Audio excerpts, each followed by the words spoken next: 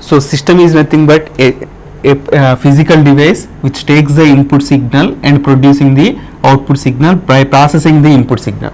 So once again I am telling, system is a physical device, takes the input signal, processes the input signal and produces the output signal.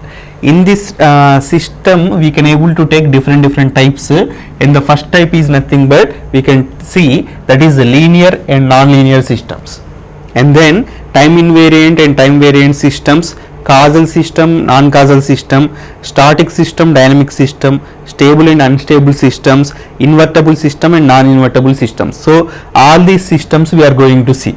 So here the thing is, when the system is having the linearity property and the time invariant property, this is very important type of the system. So the system is having these two qualities, that system is called LTI system. LTI means what? Linear and time invariance. So with respect to time, if the output is not varying, then we can tell that is a time invariant system.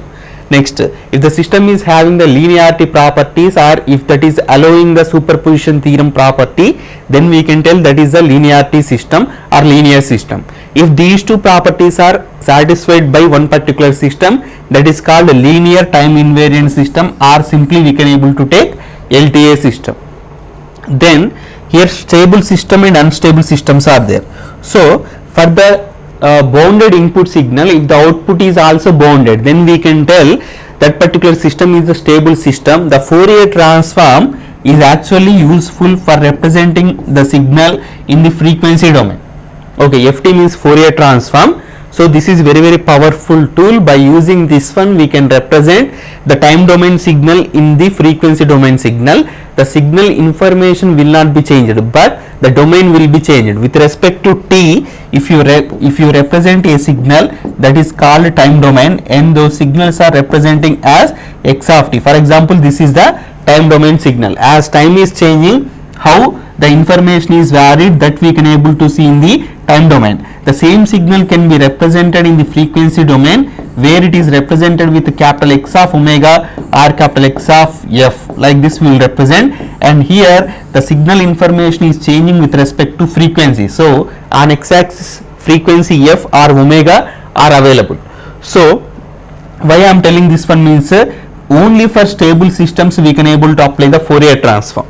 Okay, and the type of stable systems only, stable signals only we have to provide as input to the particular system. Then the output is also stable, that means bounded input if you provide, and if you get the bounded output for a particular system, that system is called stable system. Okay, next invertible system and non-invertible system we will see as the last type of the system. So now we will start with the linear system and non-linear system. Okay, so a system is said to be linear. A system is said to be linear if it allows the superposition property. Superposition property, or superposition property can also be taken as two things. One is additivity rule,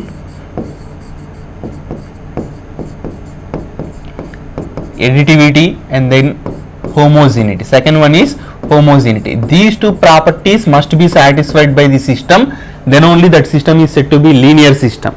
Okay, if any one of these two is not satisfied by the system, that system is not a linear system. That means if the additivity property is satisfied by the system and homogeneity is not satisfied, then we cannot call that system is a linear system. Or this additivity is not satisfying but homogeneity is satisfying, then also that is not a linear system. In order to say one system is linear system, these two properties must be satisfied, and homogeneity can also be called as scaling property. Scaling property, and about this additivity and scaling now we will see in detail. So you take one system like this, it is a system, and we are discussing here single input and single output systems only. That means only one input is there, only one output is there. Here the input is represented with generally x of t and output is represented with y of t. In this way we have taken input is x of t and output is y of t. So system is stable, system is available. For that system we are giving, at this point we are giving the input signal, and at this point we will get the output signal. Inputs can be anything. Okay, input can be a DC signal like 2, input can be u of t, input can be del of t, input can be anything. input can be r of t, whatever it may be. So input is varying, so depends upon that input, here output will also be varied. Okay, so for one input one output is there, that's why it is single input single output system.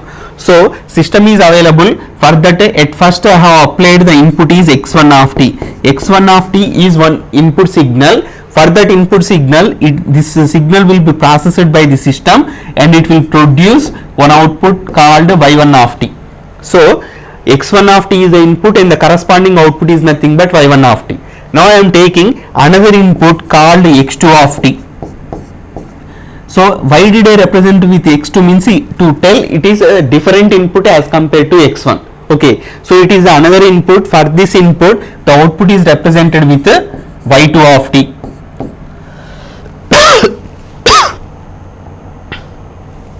Here the input is x2 of t and output is y2 of t. Now what I am doing means I am adding these two inputs, that is x1 of t plus x2 of t.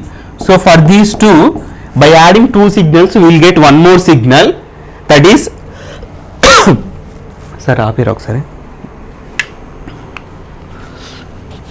Water తాగేసి వస్తా.